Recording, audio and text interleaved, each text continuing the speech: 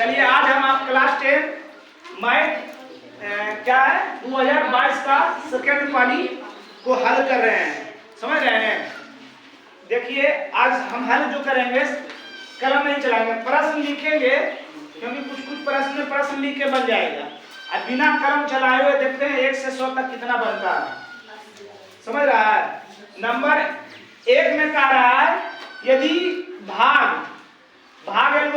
छोटा छोटा अंक है। 1 नंबर a बराबर b Q plus r, a का मान 37 दिया हुआ है ना, b का मान 4 दिया हुआ है और r का मान 1 दिया हुआ है। कहता है कि 4 में कितना गुना करें जोड़े कि 37 आ जाए। 9 9 चौक 36 है 37। ऑप्शन ए कितना में है, 9 कितना में है, ए में, ऑप्शन ए हो जाएगा है ना। क्वेश्चन बाहर जाए मन की नहीं, बाहर जाए मैंने तो बोलना कि बाहर जाएंगे सर में मन लग रहा हमको। नंबर 2 में 156 का आभार गुणनखंड में हल करना पड़ेगा आपको। क्वेश्चन नंबर 3 देखिए, क्वेश्चन नंबर बोले तो 156 में हमको कलम चलाना पड़ेगा, 156 का गुणनखंड करना पड़ेगा। हम बोले बिना कलम चलाए होना चाहिए। 2 + √3 5 - √3 और √3 बटा √5 और √12/√3। इसमें कह रहा है कौन अपरिमेय संख्या, क्या कह रहा है, अपरिमेय संख्या है। इनमें कौन अपरिमेय कह रहा है जी, यही ना है, अपरिमेय संख्या नहीं है, वो अपरिमेय संख्या नहीं है। जाना ही रे, जाना ही इधर बता रहे उधर गुनगुना रहे। अच्छा ठीक है, जानो इधर, ना जानो ही, इसका मतलब जानता है तू। देखो इधर कारक कौन परिमेय, अपरिमेय नहीं है। अपरिमेय नहीं है कि मतलब कि परिमेय है। तो कोई भी जिसका वर्गमूल ना निकले क्या होता है, अपरिमेय। अपरिमेय के साथ किसी भी संख्या को जोड़ने पर अपरिमेय, तो परिमेय अपरिमेय है और वहां कर ले नहीं है। ये भी किसी भी अपरिमेय के साथ जोड़ने पर घटाने पर गुना करने पर क्या होता है, अपरिमेय होता है। ये दोनों नहीं हुआ, ये दोनों में है। अगर ये दोनों सेम रहता मतलब कि भाज रहता, कटने लायक रहता तो कट जाता, क्योंकि √3 का वर्गमूल भी नहीं निकलेगा, √5 का भी वर्गमूल नहीं निकलेगा। ये दोनों कट भी नहीं रहा, जैसे √3 का वर्गमूल भी नहीं निकल रहा, √12 वर्गमूल भी नहीं निकल रहा, मगर इससे ही कट रहा है 3 × 12 है ना। तो यहाँ नहीं कट रहा तो हमको इसको हल करने की जरूरत नहीं, ये उत्तर हो जाएगा, समझ रहा है ना। उसके बाद क्वेश्चन नंबर 5, क्वेश्चन नंबर 5 क्या कह रहा है, 4 + √7, उसके बाद 10 + √100 और उसके बाद 2 + √3 √5। इनमें कौन परिमेय संख्या है, तो 7 का वर्गमूल निकलेगा, 100 का वर्गमूल निकलेगा। हाँ तो यही हो गया, बी नंबर ऑप्शन हो जाएगा है ना। उसके बाद कह रहा है कि क्वेश्चन नंबर 6 में भी आपको हल करना पड़ेगा। क्वेश्चन नंबर 7 इसको पढ़ देते हैं तो समझ में आ जाएगा। 2 धन पूर्णांक a और b के लिए महत्तम गुना लघुत्तम बराबर की होता है, दोनों संख्या का गुणनफल। आई दे दिया है कि दोनों संख्या का गुणनफल बटा a भी दे दिया है। क्या बोले कि महत्तम गुना लघुत्तम, महत्तम गुना लघुत्तम बटा a b। कह रहा है कि ए बी का महत्तम भी दिया हुआ, ए बी का लघुत्तम भी दिया हुआ, तो बराबर होना चाहिए ए बी, क्योंकि ए और बी दो संख्या है। तो क्या होता है, महत्तम गुना लघुत्तम बराबर ए बी। यहाँ बटा ए बी दे दिया, मतलब उधर पूछ रहे तो की रहेगा ए, क्या रहेगा ए, 1 के बराबर रहेगा तो ना तिरछा तिरछी गुना करेंगे तो हल हो जाएगा। तो ऑप्शन नंबर 7 का क्या हो जाएगा, 7 का क्या हो जाएगा, ए हो जाएगा, क्या हो जाएगा ए। फिर कह रहा है कि निम्नलिखित में कौन सा आभार संख्या, सा आभार किसको कहेंगे, जब दो संख्याओं का महत्तम समवर्तक 1 हो उसको की कहेंगे, सा आभार। तो देख लीजिए 14 35 7 दूनी 14 7 5 इसको जल्दी से हल करके बताते हैं, ध्यान दीजिएगा। महत्तम और लघुत्तम की परिभाषा भी हो जाएगा क्लियर। कितनी दिया हुआ है 14 और 35, उसके बाद 18 25, उसके बाद 13 52, उसके बाद 21 84, यही है ना। अब महत्तम किसको कहेंगे? वैसी संख्या जो इसको काट दी, दोनों संख्या को काट दे महत्तम।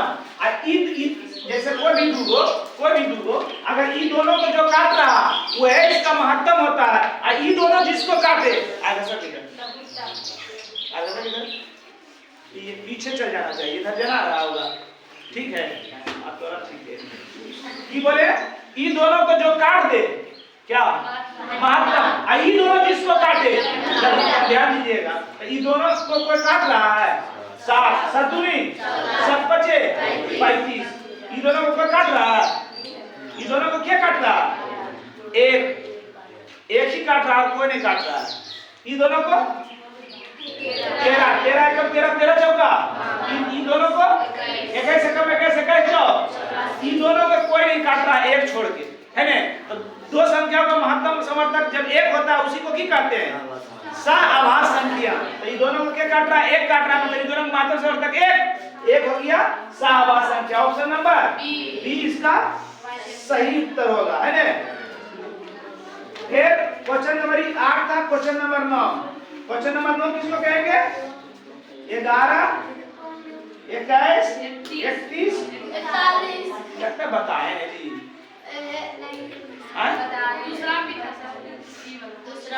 क्वेश्चन दूसरा टकरा रहा है ना, क्या कह रहा है?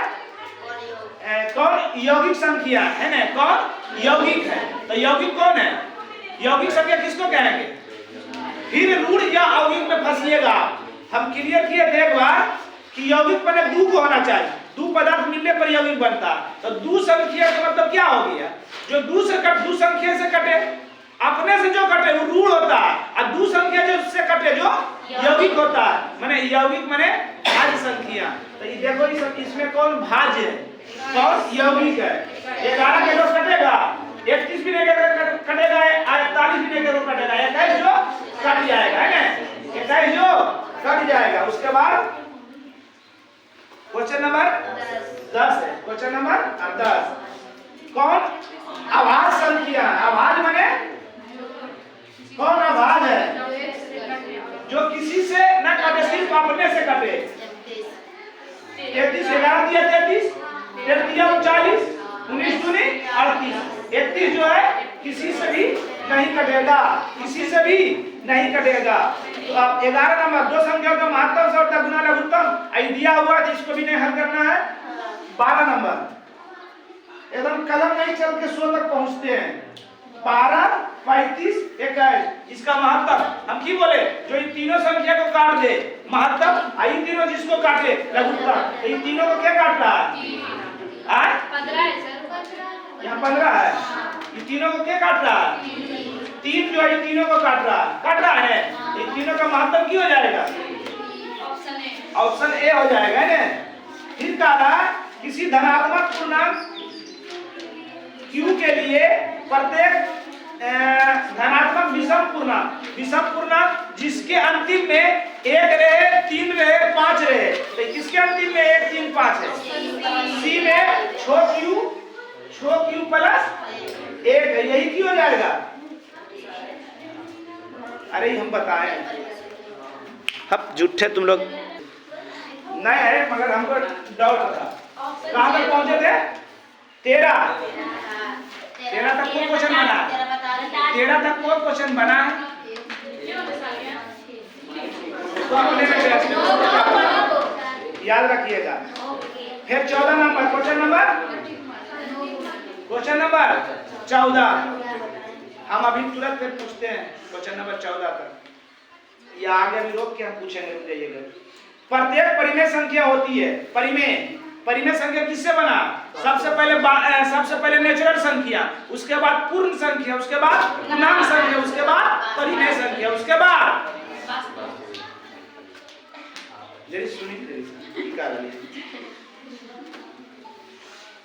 सबसे ऊपर में प्राकृतिक नेचुरल संख्या, ओकरा से क्या बनता है? पूर्ण संख्या, क्योंकि प्राकृतिक संख्या के परिवार में शून्य को शामिल कर देंगे पूर्ण संख्या। अब पूर्ण संख्या के ऋणात्मक और धनात्मक और शून्य को लिख देंगे तो क्या हो जाएगा? पूर्णांक। अब परिमेय संख्या पूर्ण संख्या के, जैसे परिमेय संख्या जो p बटा q के रूप में आए, अब p और q एक पूर्णांक है, बताए हैं, तो किससे बनेगा? परिमेय संख्या पूर्णांक संख्या से बनेगा। वास्तविक संख्या क्या बोल रहा था? वास्तविक संख्या किसको कहेंगे? परिमेय संख्या, और अपरिमेय संख्या को वास्तविक संख्या कहते हैं। यहाँ कह रहा परिमेय, तो अपरिमेय कैसे क्या बोला? वास्तविक बोला था कोई? वास्तविक संख्या को जानते हैं परिभाषा? वास्तविक संख्या बोल देते हैं। वास्तविक संख्या किसको कहेंगे? परिमेय भी होना चाहिए और अपरिमेय, दोनों को मिलाने से वास्तविक संख्या बनता है। अब पूर्ण क्या बनता है? परिमेय संख्या किससे बनेगा? पूर्णांक से बनेगा। समझ गए ने? Option number C, option number फिर बी बोल रही है। बी तो पूर्ण है। पूर्ण संख्या और प्राकृतिक संख्या ना तो दशमलव में होता है, ना रूट में होता है, ना बटा में होता है। उसके बाद आ रही है क्वेश्चन नंबर 15, 22/7 परिमेय संख्या। पाई रहेगा अपरिमेय। अगर पाई बोला तो क्या बोले? अपरिमेय। 22/7 परिमेय। फिर क्वेश्चन नंबर 16, द्विघात समीकरण के द्विघात बहुपद के कितने शून्य? 2, त्रिघात के 3, द्विघात के 2, त्रिघात के 3।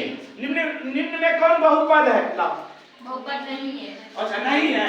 कौन बहुपद नहीं है? कौन कौन बहुपद नहीं हो सकता है? बहुपद कौन कौन नहीं हो सकता है? जो चर रूट में रहे, जो चर पर पावर माइनस में रहे, जो चर पर पावर बटा में रहे, जो चर बटा में रहे, बहुपद नहीं है। क्या बोले? चर रूट में नहीं रहना चाहिए, चर पर पावर माइनस में नहीं रहना चाहिए, चर पर पावर बटा में नहीं रहना चाहिए, और चर बटा में नहीं रहना चाहिए। द्विघात बहुपद नहीं होगा। समीकरण बटा वाला समीकरण हो सकता है, मगर क्या बोले? बहुपद नहीं होगा। तो देख लीजिए इसमें question number, option number C जो है इसका राइट आंसर है ना। को तक हुआ? को हुआ? 13 का हुआ? अच्छा ठीक है। 18 नंबर पी और क्यू हल करना पड़ेगा। हल करना पड़ेगा जी। 19 नंबर भी हल करना पड़ेगा। नहीं 19 नंबर हल नहीं करना पड़ेगा। 19 की कह रहा पी एक्स का, पी एक्स का एक शून्य जो है -2 है। पी एक्स का एक शून्य -2 है, तो एक्स के साथ क्या होगा? +2। बोले थे उसका एक गुणनखंड की होगा x + 2। अगर माइनस रहेगा तो प्लस, प्लस रहेगा तो माइनस। माइनस है तो प्लस, अगर प्लस रहा तो यहाँ पर माइनस। Option number D. फिर क्वेश्चन नंबर 20, क्वेश्चन नंबर 20 में क्या रहा? x² - 4x + a alpha into beta c by a। एक बार इतना करेक्ट नहीं जरूरत है, सूत्र दिमाग में रहा। इसका ई मान पूछ रहा, c by a, a b है c बाई a, c भी एक और a भी एक बटा एक मतलब a है ना। फिर कह रहा, फिर कह रहा 6x³ - 11x² -3x + 2। ये a है, स्क्वायर वाला b है, x वाला c है, बिना x वाला b। की कह रहा alpha into beta, beta into gamma और gamma into alpha into gamma. सूत्र की होता है?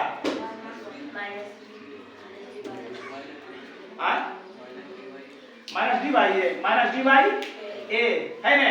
तो देख लीजिए a b c d, d हो गया -2, a हो गया 6, 2 एकम द्वितीय -1 बटा है ऑप्शन, ऑप्शन डी में है 1/3। माइनस नहीं है तो फिर कैसे हो जाती? तो सूत्रवा माइनस में नहीं होती, सूत्रवा -d/a होता है। ध्यान दो, अल्फा बीटा गामा -b/a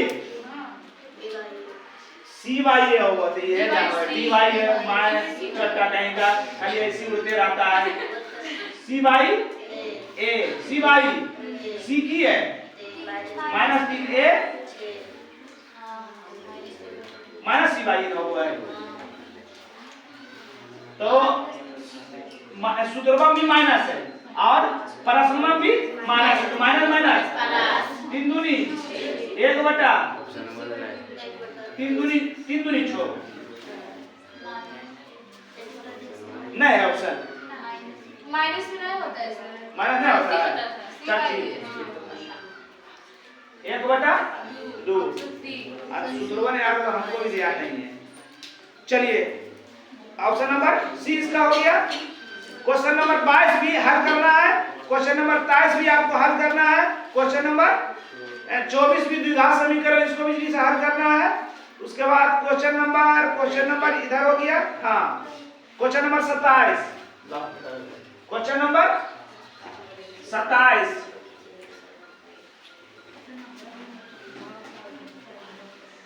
क्या कह रहा है? दो रैखिक समीकरण के लेखा चित्र यदि समांतर है तो हलों की संख्या समांतर रहेगा तो ना नहीं जानता है ना, हमको भी कंफ्यूज नहीं करो, खाली ऐसी बात बोले जानती है। प्रतिच्छेदी तो एक और केवल एक हल या अद्वितीय है, समांतर तो इनमें से कोई नहीं, और सनुपाती तो अनंत है, तो इनमें से कोई नहीं। डी इसका उत्तर हो जाएगा। क्या हो जाएगा? डी इसका उत्तर हो जाएगा, है ना।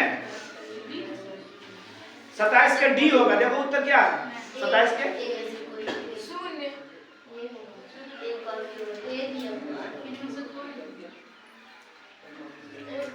एक मिनट सही बोला।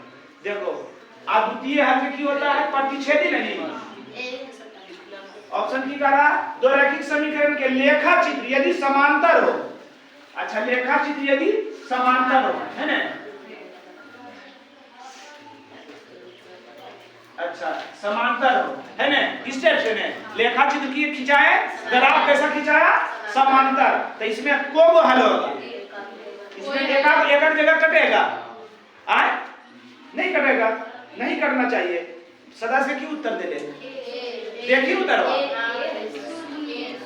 शून्य है। अब प्रतिच्छेदी रहेगा तो वो जगह कटा, और संपाती रहा तो संपाती का मतलब जगह पर है उतरे पर, माने इसका अनंत, इसका एक भी नहीं, सही तो है एक भी नहीं, एक भी हल नहीं होगा, इसका एक भी हल नहीं होगा। तो एक भी हल नहीं होगा तो क्या होगा? शून्य होगा।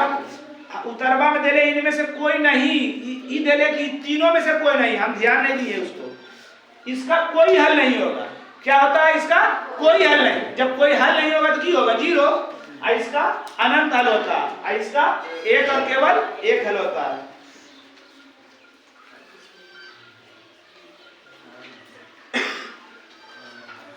हो गया। दो नंबर था 27, 28 देख लीजिए। बाई बराबर -4 बराबर, बाई -4 बराबर 0, है ना। तो बाई बराबर 4। अब देखो इधर कि x के है बाई के, बाई का मान की है 4, बाई का मान की है 1 2 3 4। ऐसी खिंचाएगा ने तो की कह रहा बाई -4 बराबर 0 का आलेख कैसी सरल रेखा होगा? x के समांतर बाई के समांतर। बाई के समांतर कब होगा? जब ऐसे खिंचाता, जैसे x है वैसे खिंचाल है, तो x के समांतर। Option number A. 29 नंबर हल करे पड़ेगा। 30 नंबर भी हल करना पड़ेगा। 30 नंबर भी हल करना पड़ेगा। द्विघात समीकरण में कौन है? 31 32 33 34, 34 नंबर भी हल करना पड़ेगा आपको। हल्का हल है। 35 नंबर भी हल करना पड़ेगा। 36 नंबर भी, 37 नंबर भी, 38 नंबर भी हल करना पड़ेगा। 39 नंबर भी, 40। हाँ यदि समांतर श्रेणी प्रथम पद ए सर्वांतर डी, प्रथम n पदों का योगफल की होता है सूत्र n/2 2a प्लस n-1 गुना d। Option number C. Option number C इसका सही उत्तर है ना। कौन सी? क्या 35 नंबर तो बोले तो हल करना पड़ेगा, तो हल कर दें। नहीं होगा, हल करना पड़ेगा। समांतर श्रेणी नहीं है, वो है ना कह रहा। तो बिना हम दूसरा पद घटाओ पहला पद घटाए हुए कैसे पता करेंगे किसमें कौन समांतर श्रेणी है? कैसे पता चलता है? जिसका सर्वांतर समान हो, तब पता चलेगा। उसके बाद कह रहा अनंत हल। अनंत हल के लिए क्या होता है सर? देखो A1 बटा A2 not equal to B1 बटा B2, एक और केवल नहीं, अद्वितीय है, अद्वितीय है, या एक और केवल एक हल। ठीक, A1 बटा A2 बराबर B1 बटा B2 not equal to C1 बटा C2, कोई हल नहीं। A1 बटा A2 B1 बटा B2 बराबर C1 बटा C2, तीनों बराबर, तो अनगिनत हल। तो की कह रहा है? अनगिनत हल प्राप्त होते हैं। तो अनगिनत हल के लिए तीनों बराबर। ऑप्शन नंबर डी, डी है जी। चलिए हाँ, भी हल करना पड़ेगा, हल करना पड़ेगा। 43 भी, 44, 45, 46, 47, 48 भी ना, 48 नहीं हल करना पड़ेगा। एक वृत्ताकार वलय की बाहरी और भीतरी त्रिज्याएं दिया हुआ बड़ी आर और छोटी आर, बाहरी दिया हुआ बड़ी आर, भीतरी दिया हुआ है छोटी आर। तो वलय का क्षेत्रफल पाई बड़ी आर स्क्वायर माइनस छोटी आर स्क्वायर, पाई इंटू बड़ी आर स्क्वायर माइनस छोटी आर। तो बड़ी आर स्क्वायर माइनस छोटी आर स्क्वायर मतलब ए स्क्वायर माइनस बी स्क्वायर बराबर, एक बार दोनों को जोड़ के एक बार दोनों को घटा के देख लीजिए। Option C. अच्छा घटाया है ना, औसी दे दिया डायरेक्ट, पाई इंटू बड़ी आर माइनस छोटी आर, कोई दिक्कत। 48 हो गया। 49 भी हल करना पड़ेगा।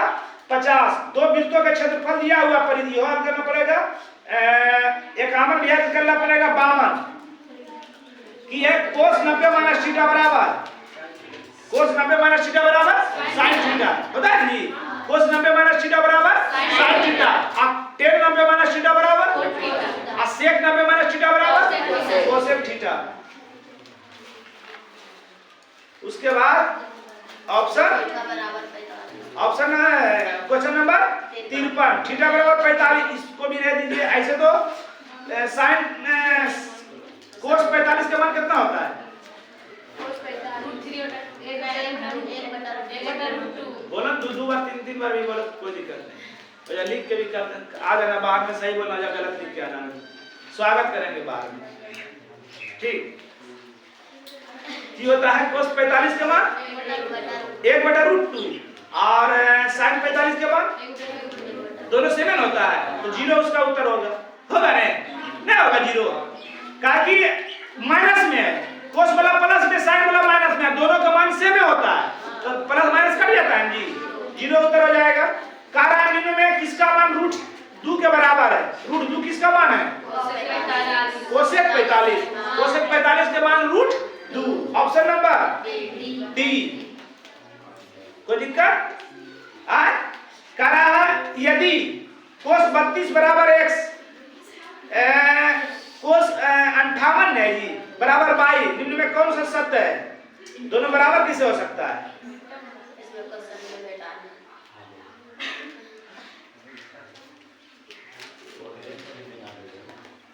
जैसे जैसे मान बढ़ता है, कोस ने है जी, कोस के मान ने है, सोचने वाले दोनों बराबर होगा, दोनों बराबर होगा।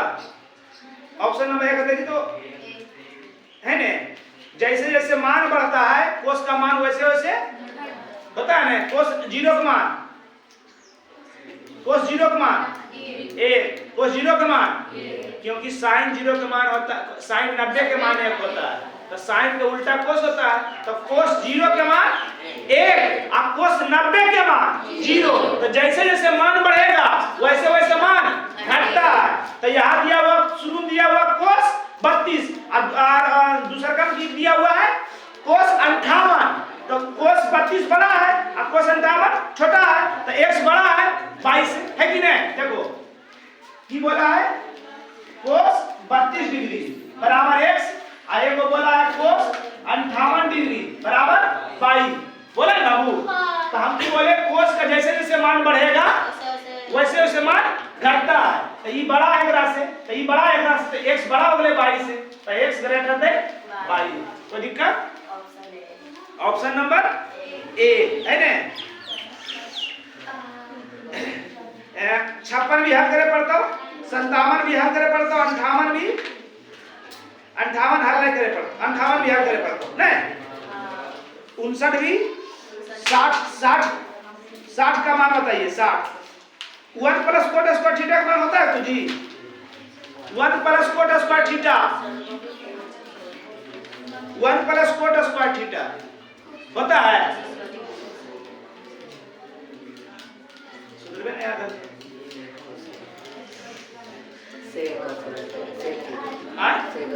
सेक स्क्वायर थीटा सेक स्क्वायर होता है तो सेक और 1 माइनस कोस स्क्वायर थीटा कौशिक के बस इसमें से कहां से आया सेक तो होता है सेक स्क्वायर माइनस के स्क्वायर थीटा तो उसमें कोसे के गजबे आदमी है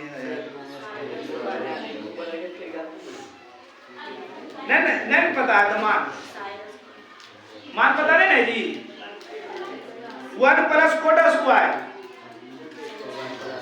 खाली एक बार सूत्र लगाता आ जाता उसका उत्तर क्या है 1 plus cot square theta 1 minus cos square theta है ना हमको पता नहीं है इसका मान की बोला कोसेक स्क्वायर थीटा इसका मान sine square theta cos into sine बराबर a खाली सूत्र लगाना था एक डी नंबर है उत्तर डी 61 भी हल करना पड़ेगा 62 भी 63 भी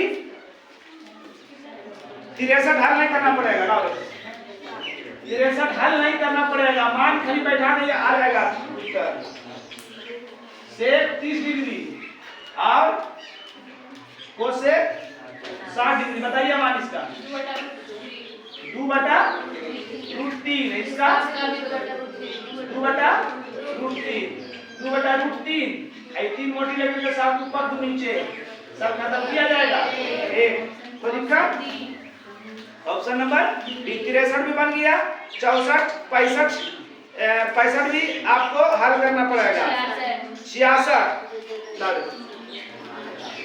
66 देखिए 66 देखिए माइनस 4 और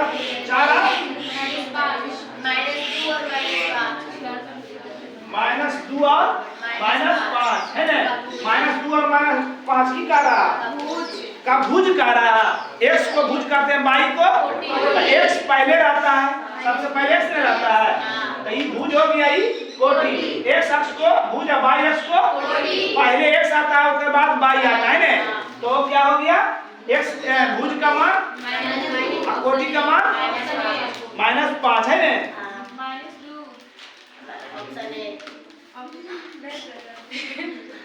अब हमने बोलिए कुछ की कह रहा x अक्ष पर किसी बिंदु के y का निर्देशांक 0 x अक्ष पर खड़ा है तो y का मान 0 y अक्ष पर खड़ा रहेगा तो जितना आसान इसको सोच रहे हैं ना x का वहां पर तो फंसबे करेगा तुम लोग ध्यान नहीं देता है हमारी बात 68 नंबर 67 सही हो गया 68 बिंदु 3 और -4 किस चतुर्थांश के पहला प्लस में दूसरा माइनस में किसका है चतुर्थ का तृतीय का पहला प्लस दूसरा माइनस और तीसरा माइनस चौथा प्लस और माइनस फिर कह रहा x अक्ष के बिंदु इतना की दूरी जब x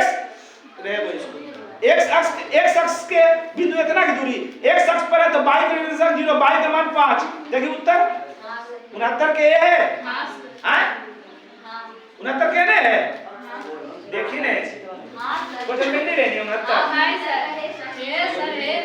है ना की कह रहा x अक्ष से जब x अक्ष के कह रहा तो y के निकालना है मान अब y अक्ष कहेगा तो x का मान निकालना है फिर कह रहा 70 नंबर मूल बिंदु से बिंदु x और y की दूरी x और y मूल बिंदु से x और y की दूरी √x² plus y² option number B मध्य बिंदु के निर्देशांक इसको भी हल नहीं करना पड़ेगा देखो कैसे करना है 2 और -2 ये ना जी अब -2 और 2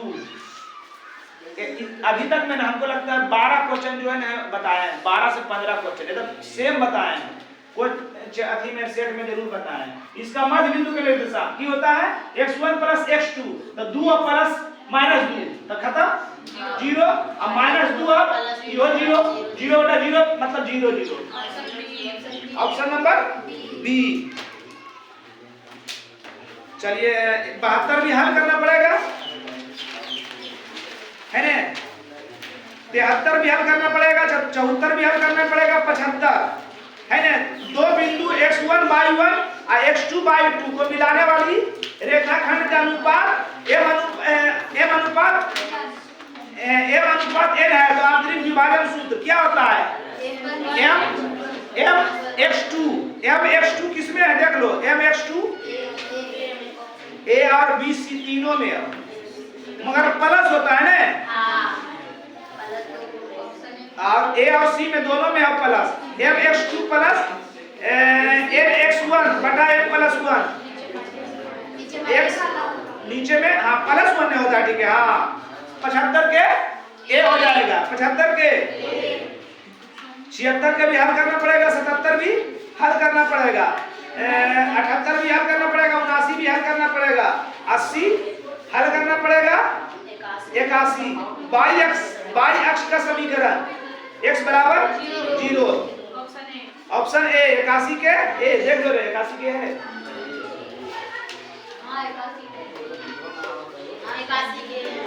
दो घनों के आयतन के अनुपात हल करना पड़ेगा। यदि 81 नंबर एक गोला जिनकी त्रिज्या 2r है, 2r है तो आयतन की होता है 4/3 पाई r, 4/3 पाई r क्यू। तो r के मान क्यू है, तो दो दूनी 4 4 दूनी 8 8 64/3 किसमें है? Option number D, option number 32 आएगा। कैसे 32 आएगा? 2 क्या क्यों करेंगे? हाँ 8 चौक 32 आएगा, सही बोला।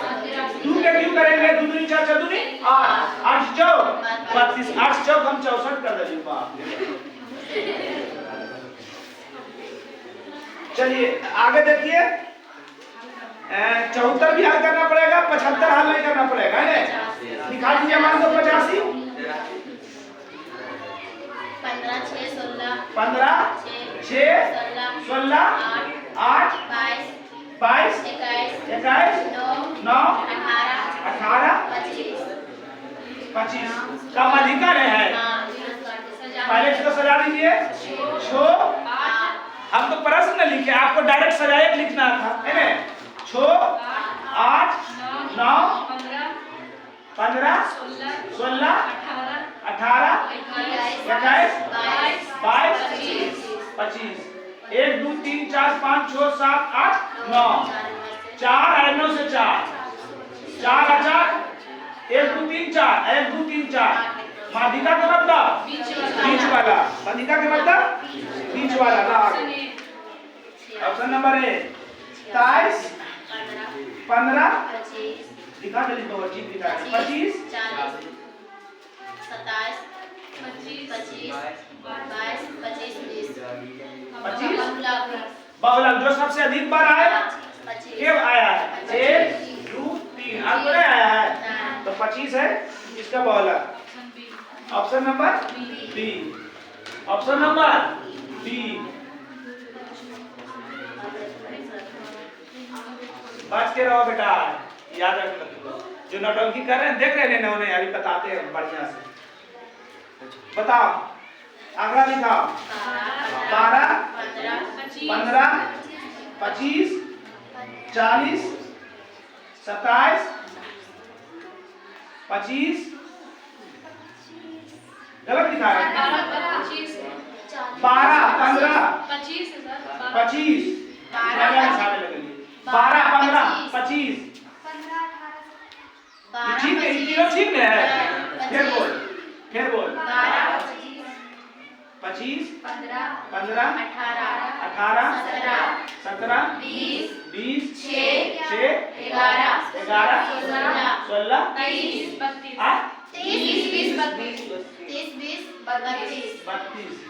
बस परिषद की कहता है जो भी आंकड़ा दिया हुआ है सबसे उच्च मान घटा निम्न मान, सबसे बड़ा 32 और सबसे छोटा 6 परिषद, है ना? सबसे बड़का में सबसे छोटका को घटा देगा। 32 में से छो गया 26। कोई दिक्कत? उसके बाद 88, 130 और 150 का वर्ग चिन्ह यही कर रहा है। वर्ग चिन्ह बराबर उच्च मान प्लस निम्न मान बटा 2, दोनों को जोड़ दीजिए। 25 100 100 200 और 50 30 80 280 280 आधा 140 140। कोई दिक्कत? 89 नंबर।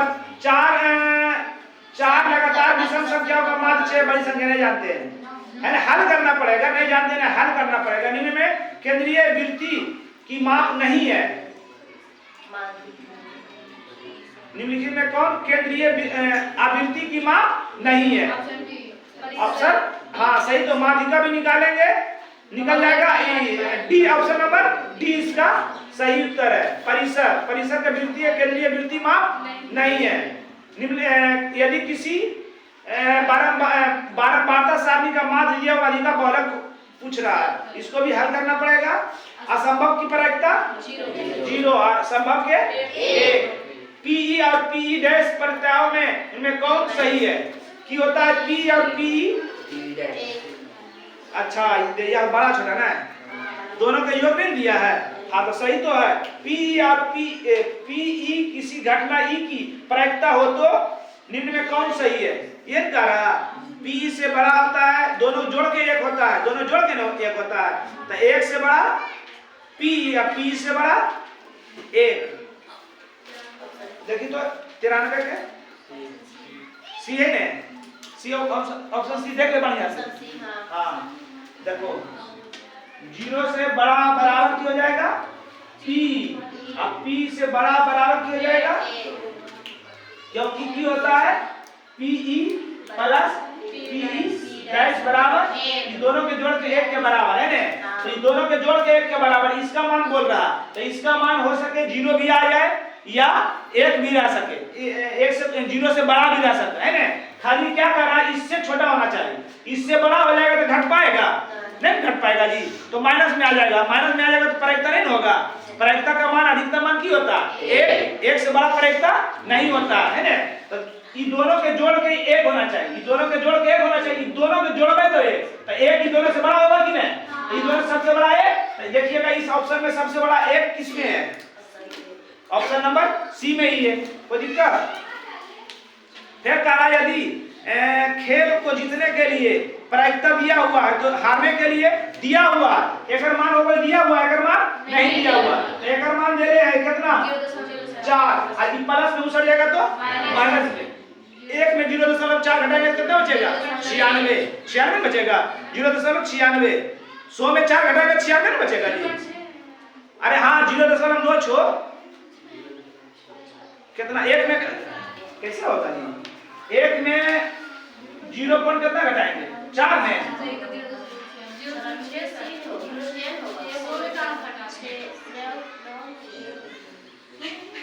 सही है। 0. अरे क्या क्या बता रहे हैं? 0. हम 1 से जोड़ दिए हो, 0.6 होगा। ऑप्शन नंबर फिर कह रहा है, कहाँ बता रहे थे? हाँ यहाँ देखो 95। 2 सिक्का का उछालने पर शीर्ष नहीं आने की प्रायिकता। 2 सिक्का को उछालेंगे कितना घटना? 2 सिक्का को उछालेंगे तो कुल कितना घटना?